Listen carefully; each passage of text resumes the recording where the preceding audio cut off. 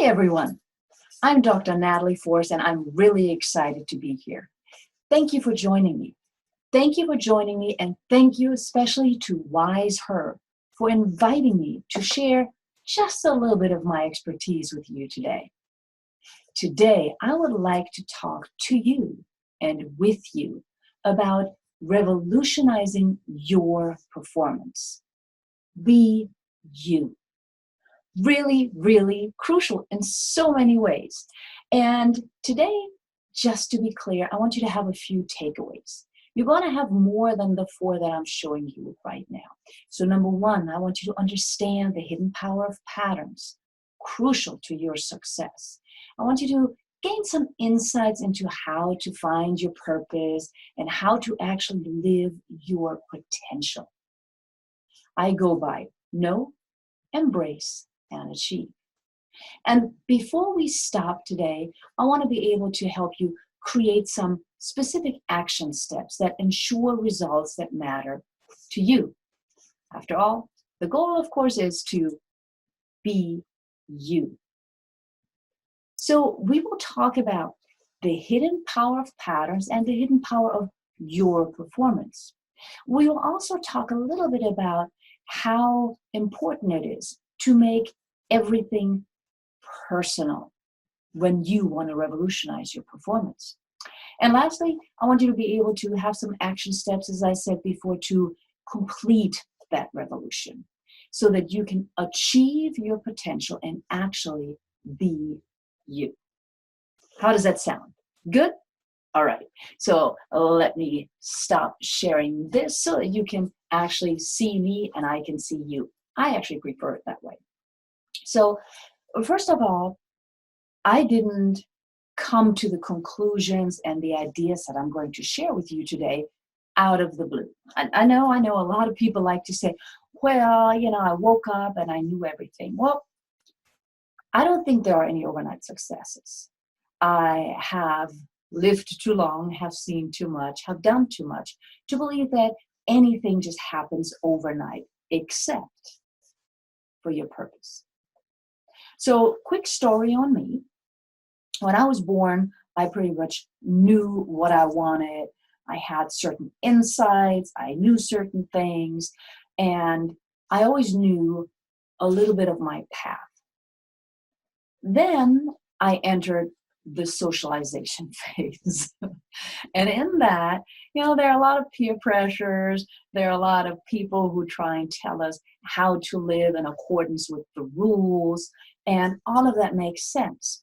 At the same time, while that makes sense, there are things that they impart on us that slowly but surely take away our self-love and self-confidence. They don't do it on purpose because they love us when it comes to family. And secondly, society needs to function a certain way. So there are obviously certain rules that we need to apply. All of that obviously makes perfect sense. All of what they're giving you, telling you, what you're observing while you're beginning to develop yourself, create hidden patterns. And those hidden patterns have a power over you. Let me give you an example, because all of this sounds a little woo-woo right now. So as an example, after I've gone through my little back and forth, I still wanted to get married. My first marriage did not turn out so well, but it matters for why I am here today. It matters simply because for some reason, I believe that I should get married and have that house, and that while I was married, I should be doing everything I could to keep that marriage going, even though I knew it wasn't going to work. So I entered a marriage knowing it probably wasn't going to work because something up here said, that's what you need to do. I mean, I wasn't getting any younger. Well, that marriage ended not so well. Well, it ended. And now I'm here. So that marriage and that step actually led me to my now husband and led me to be able to explore all of this. Now, mind you, I never thought I would be an entrepreneur. More about that another time. The gist of the story that I'm going to tell you right now is that at one point, I found myself working on the computer, creating another webinar, creating another content for clients. And I was looking outside my window, which is right there. I was looking outside my window, and in the back of my head, I was going, this is just so weird. Why am I still always on the edge financially, right? I was having clients, I was making huge impact on those clients. They were starting to live their lives, and I was not at times comfortably able to pay my bills. And I was going, where does that come from? How is that possible? I'm doing everything right, doing everything by the book. And then I realized something. I realized the hidden pattern that had a hold on me. And that hidden pattern came to me while I was looking out that window because I suddenly heard my mother's voice. And my mother raised my brother and I by herself. And she taught us always to not be materialistic. So that if we had money, great. We could buy stuff, we could have stuff, but always preparing us for what if there's nothing? Can you still survive? Can you still be happy if you have barely the minimum to live by? Would you be willing to take any kind of job to do that? So that came back into my head when I was young, when she said, I want you to survive on very little. And then a little later in life, she said, I'm so proud. I know you can survive on little. Now think about that. I can survive on little. That's a pattern. So that means I never really asked for what I was worth. I was holding back certain things about me. And the other thing that was playing on the back of my head was the fact that I was a teacher.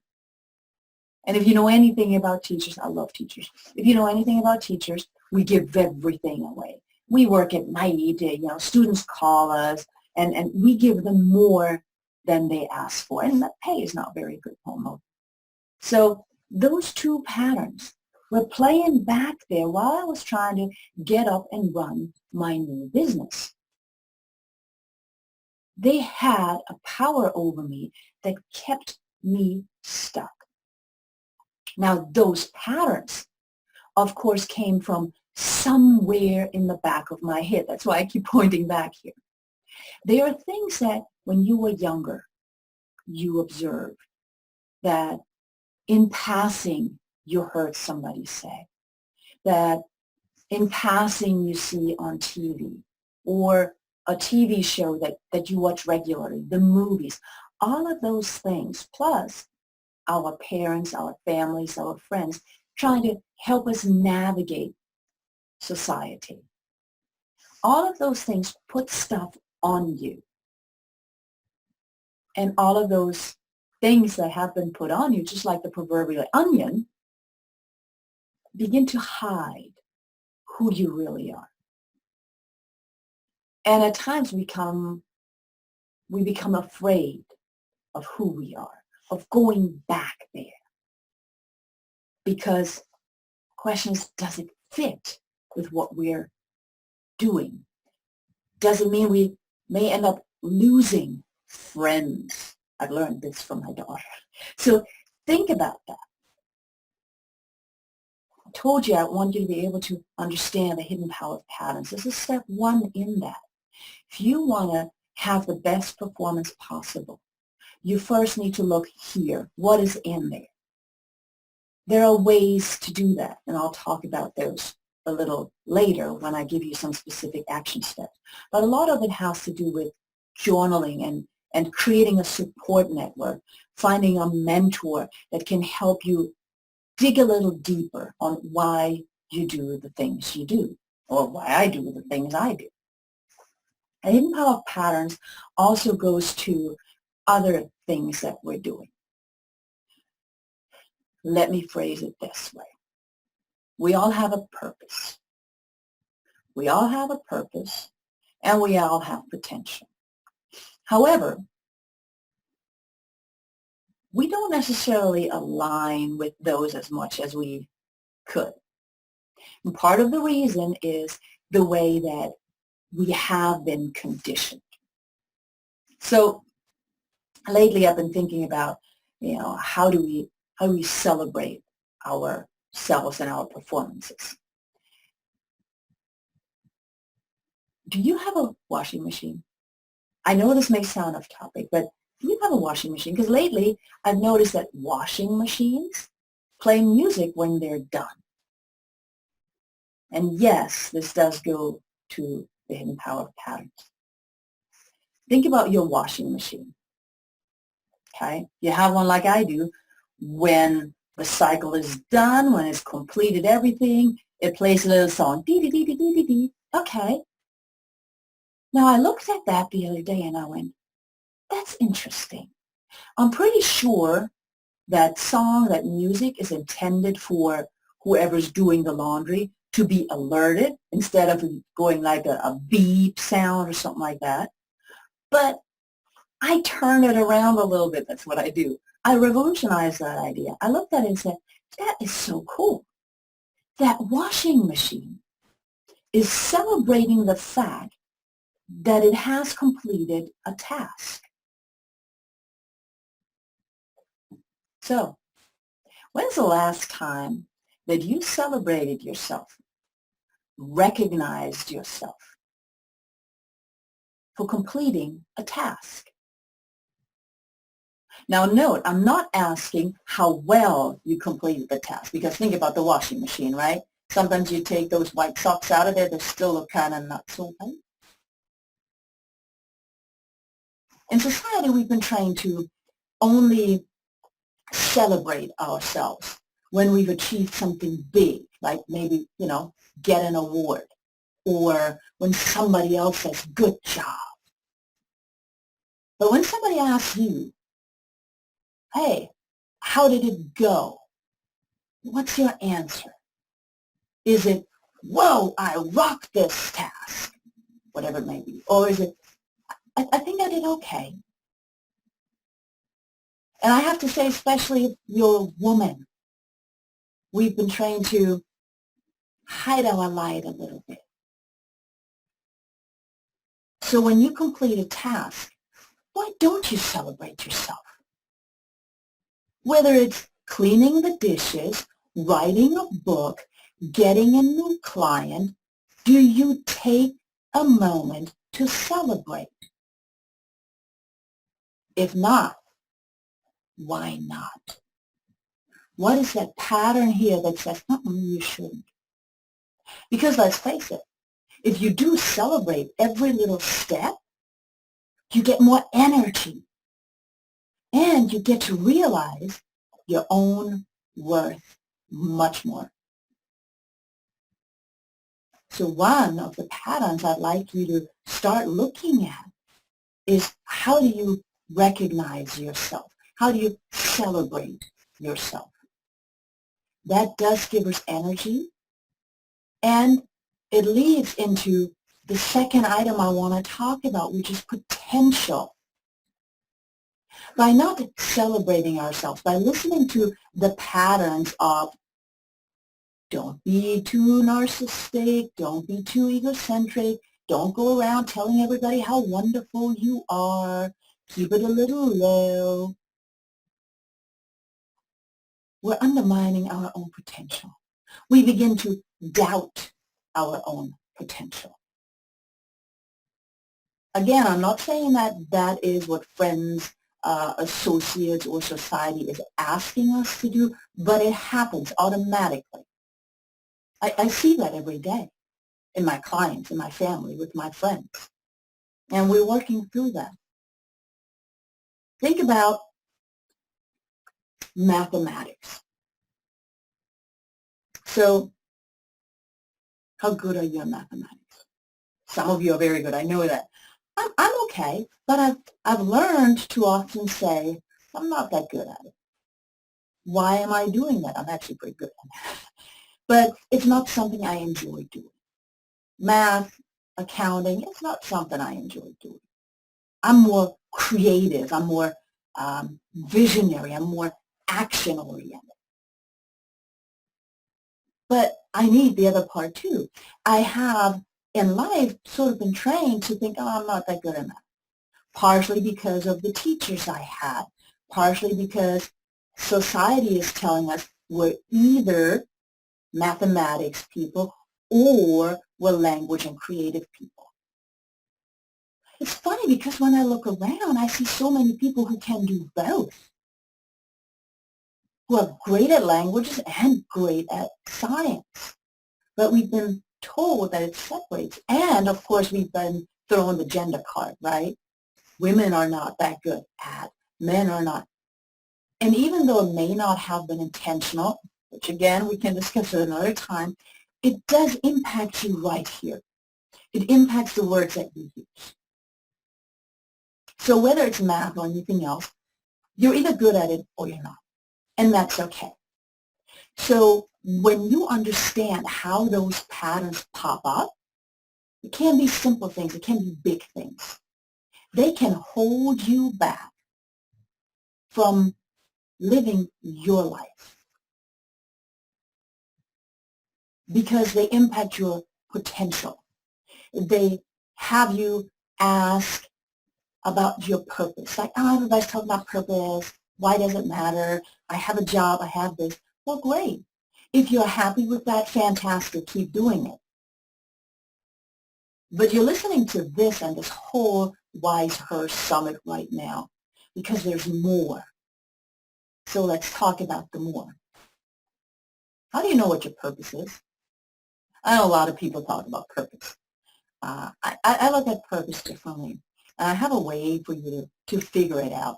It has a little bit of writing, a little bit of journaling, but it is so that you can identify what have you done throughout your life up until now, whether it's 10 years, 20 years, 50 years.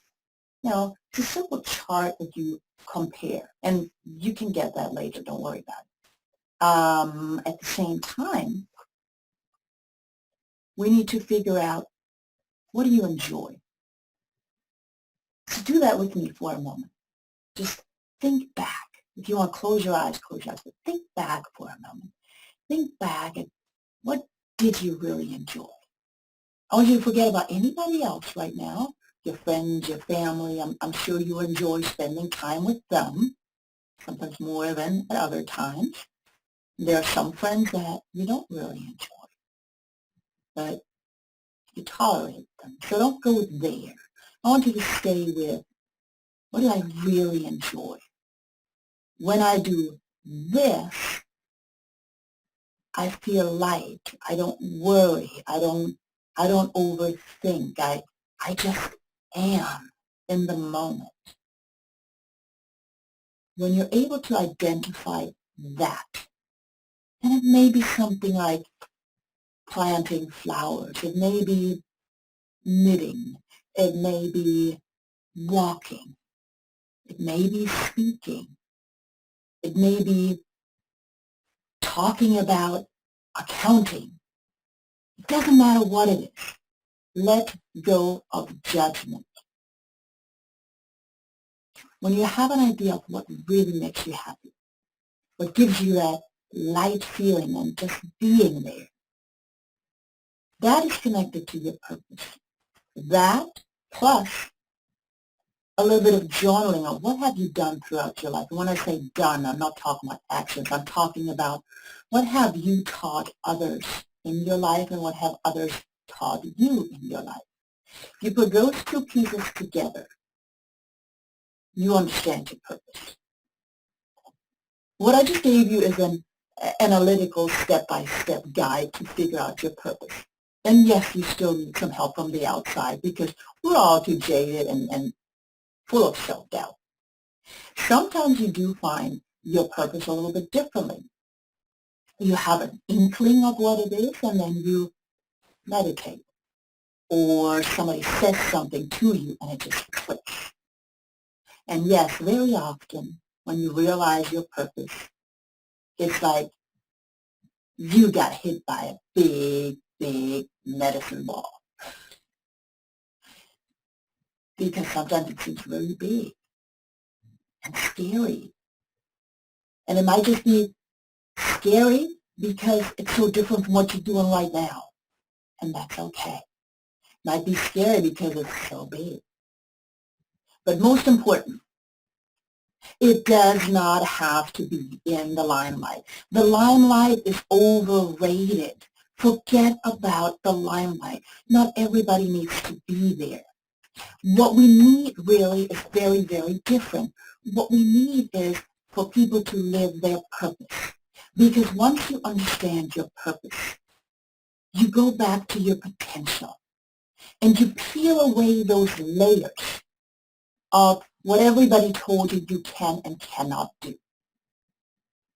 And you celebrate that with a little dance.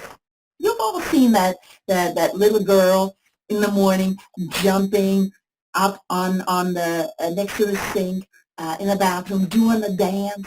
That's what we're talking about. When you find your purpose, yes, it may seem overwhelming, but celebrate it because now you know it. Then start embracing it. As weird, as small, as big as it may sound. There is no one fits all. That does not work. And then look at your potential.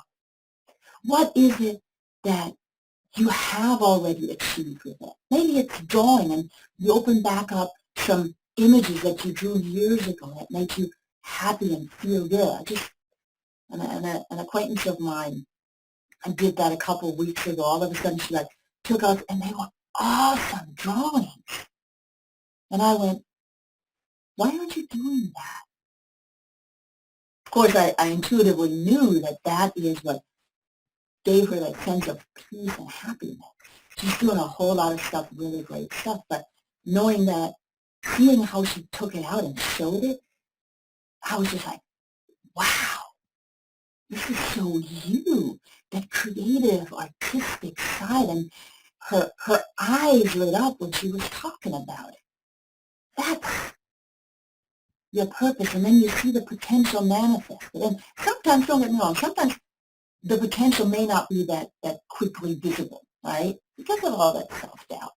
However, if that is your purpose, then only you have the potential of achieving it. Nobody else. Why? Because you're unique. You are needed in this world with what you do. That's why you need to be you. Don't try to be like everybody else. There's got plenty of those out there. And most of the people who try and copy something or someone else do not succeed. You're here for your purpose. You have your potential. Now take it and go out there and do it. You see, very often when we talk about performance, like a performance bicycle, a performance car, performance sneakers, or at work, a performance review. What that really means is that somebody else is judging. But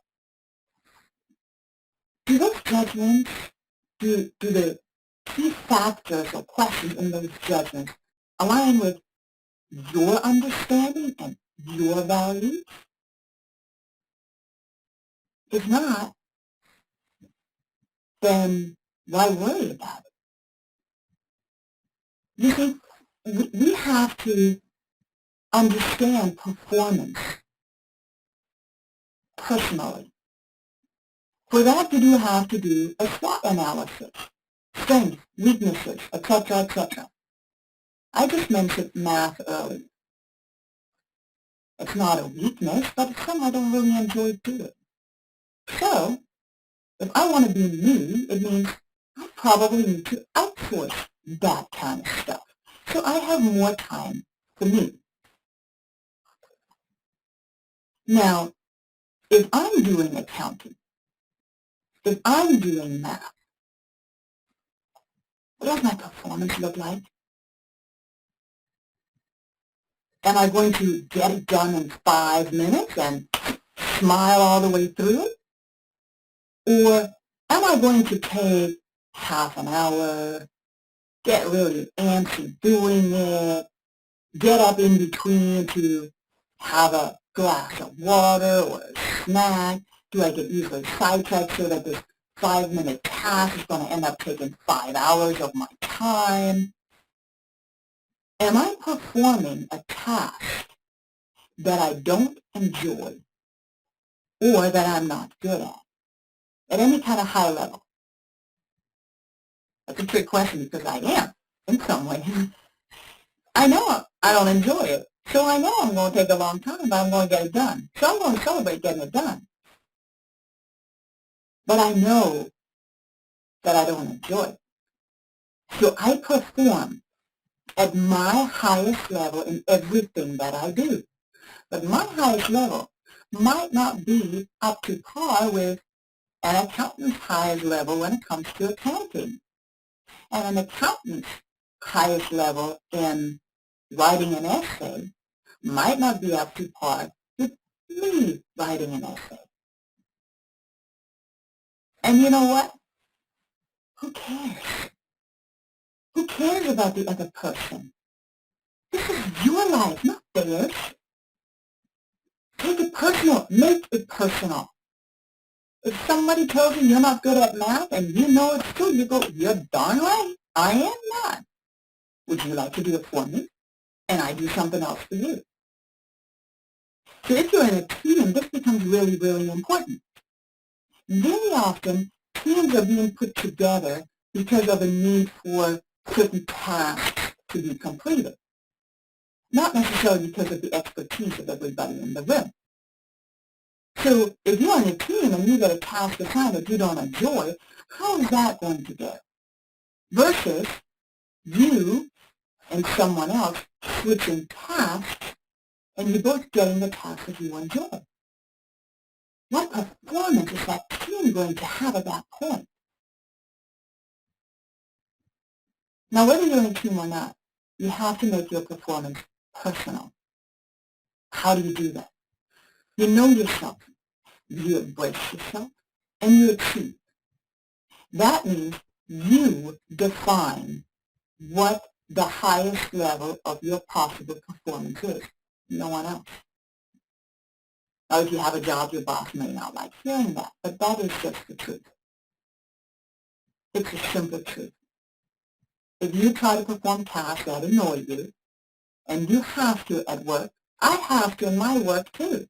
There are tasks that I don't really want to do, and I do them. And I know going in that if I had outsourced them, the other person might be doing better. But, you know, I'm still in charge, so some things I also need to know how to do. So I need to know how to do everything, and then I do an analysis. What am I good at? What am I not good at? What is my assistant good at? What is he not good at? What is my web designer good at? Like, he's good at web design, right? And then we outsource. And I don't ask my web designer to create content unless he is also good at content writing. So I have certain expectations for everybody on my team based on what they enjoy doing and their expertise, not on a task needing to be completed. I define those. That means you have to define those too, for yourself as well. What is your idea of success? Is it $1 million? Is it a 2-bedroom apartment with a park right next to it that you can jog in every moment? What is your idea of success? Because your idea of success is directly related to your performance. You need to define your success. You need to define your goal. No one else. Make it personal. Be you in everything that you do because you are unique and we need you just the way you are. We're growing every day. Know yourself. Embrace your purpose. Embrace your potential. Embrace your strength, your weaknesses, all of the opportunities out there. Do a little bit of the work, of course. Do it. Get to know yourself even better. And when you have to complete a task that you not really enjoy, know you don't enjoy it. Know you're going to still give it your best. Your best means maybe somebody else is not so good. I don't care. I don't care. I know I'm great at what I do and what I love. There are other things that I'm not so great at. And that's okay. because somebody else is great at those. And I celebrate them too. You see, when you know, embrace yourself, your purpose, your potential, being you, you can achieve things that you've never dreamed of. And you can create collaborations that you've never dreamed of. Think about WISEHER. There are a lot of experts in WISEHER. There are a lot of experts in all the businesses that I run, whether it's a room of global change, ID systems, etc., etc. It doesn't matter. And it works because every group I'm engaged in is collaborative, and the experts believe in abundance. People who worry about their performance and judge it and compare it to others, like C for comparison, they usually C for competitive. They look at social media and go, oh my God, this person's doing this, I need to do it too. You get sidetracked from your purpose that way. Collaboration can help you excel. Look at all the experts around you. If I'm in a room with 20 other business or life coaches, I'm not concerned who's going to get a client, because the client needs to pick the person that is best for the client. And I need to see whether I can work with this person or not. It doesn't always jive, and that's perfect, because there are 20 of us in the room. So you may resonate with me and want to do work with me. Or you may not, and then go to somebody else who more resonates with you. That is believing in abundance. And that you can only do if you know yourself. I'm not going to compromise what I provide, what I give, my values. And they're different from a lot of great people that I know. And they have different strengths, and they will work with other people. It's okay. And it's needed to be you. And once you are you, once you have that knowledge and you embrace yourself, that's when you're self-confident, and that inspires others. And once you have that self-confidence, you're not really competitive with other people anymore. You're open to collaboration, and that can help you achieve even more. So if you want to truly revolutionize your performance, as I said before, you need to understand those patterns. Very, very, very, very crucial. You also need to figure out your purpose and your potential. And I mentioned that there are steps to do that. And then you need to implement action steps. Because right now you probably are not quite yourself all the time. Which begs the question, whose life are you living? And since this is the only life that you have right here, right now, why not live it your way? Especially since we need you the way you are. So let me give you just a recap and a couple of action steps, if I may. Hidden power of patterns. We need to have you start looking at your patterns. First and second action steps are very, very simple, really. They are simple because they're just going to ask you to look at your general routines. For example, when you wake up in the morning, what's the first thing you do? You know what you do? Is the first thing jumping out of bed and hitting the alarm clock? Is the first thing running to hit your coffee maker? Is the first thing running to the bathroom to brush your teeth? What is the first thing you do? Just become aware. Awareness is key. And maybe write it down a little bit. Then the next step is with this pattern, this routine, what do I do with that? What do I do with me for that? So when you get up in the morning, you take time for yourself. You celebrate yourself. Do you have negative self-talk? You look outside when it rains and you go, it's raining, what am I going to do here? If you don't give yourself time, if you don't celebrate yourself in the morning, if you don't allow for everything to come together in a positive way, what's your day going to look like? Just ask them.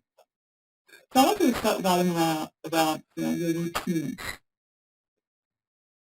What do they do with you? What do they do for you? What do they do to do? Remembering that you have the power to change them. And the next step is I want you to start thinking about how about upgrade one of my routines. So right now, my best suggestion is you don't wake up in the morning and you talk nicely to yourself while you're still waking up. That can be the first step. Second step, give yourself a little bit of time in the morning, 2 minutes, 5 minutes, 10 minutes, I don't care, to be with you, to appreciate you, to engage in positive self-talk. That'll set the day up differently and very, very nicely. Then, there's more, of course, to that. Then, definitely, start thinking about who have I taught what? Who has taught me what? What is my purpose? What do I feel alive and happy and peaceful when I do it? What are those things? That needs to be a purpose. Then we need to start looking at the potential, which for many people I see is the most hardest, most difficult thing. And that potential piece, we need to really start unveiling and throwing out all the things that you've learned on why you cannot do it and ask the question, why not? I love when Robert Kennedy used that in the clip. Why not? Just because nobody's done it, well, why not? Let's try it. We need to release all those powerful patterns that tell you you're not good enough. You will not achieve with this. As well as the standard of this is how high you need to jump. So step number 3 is define your success. Nobody else. Define your happiness. And I guess I recommend you write it right? And then look at a plan of how do I get from here where I am right now to what I define as happiness and success. That's certain steps. My main recommendation on that is, yes, do find a mentor. Do find a support system. Most of the time, from my own experience, your family, they do their things are wonderful, and they love you the way you are. To find somebody on the outside who's objective, who is intuitive, who doesn't know all of the stuff that happened in your family, even though it will come up in conversations.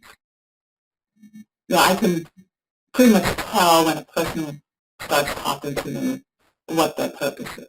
That's because of some of the intuition and the work that I've done.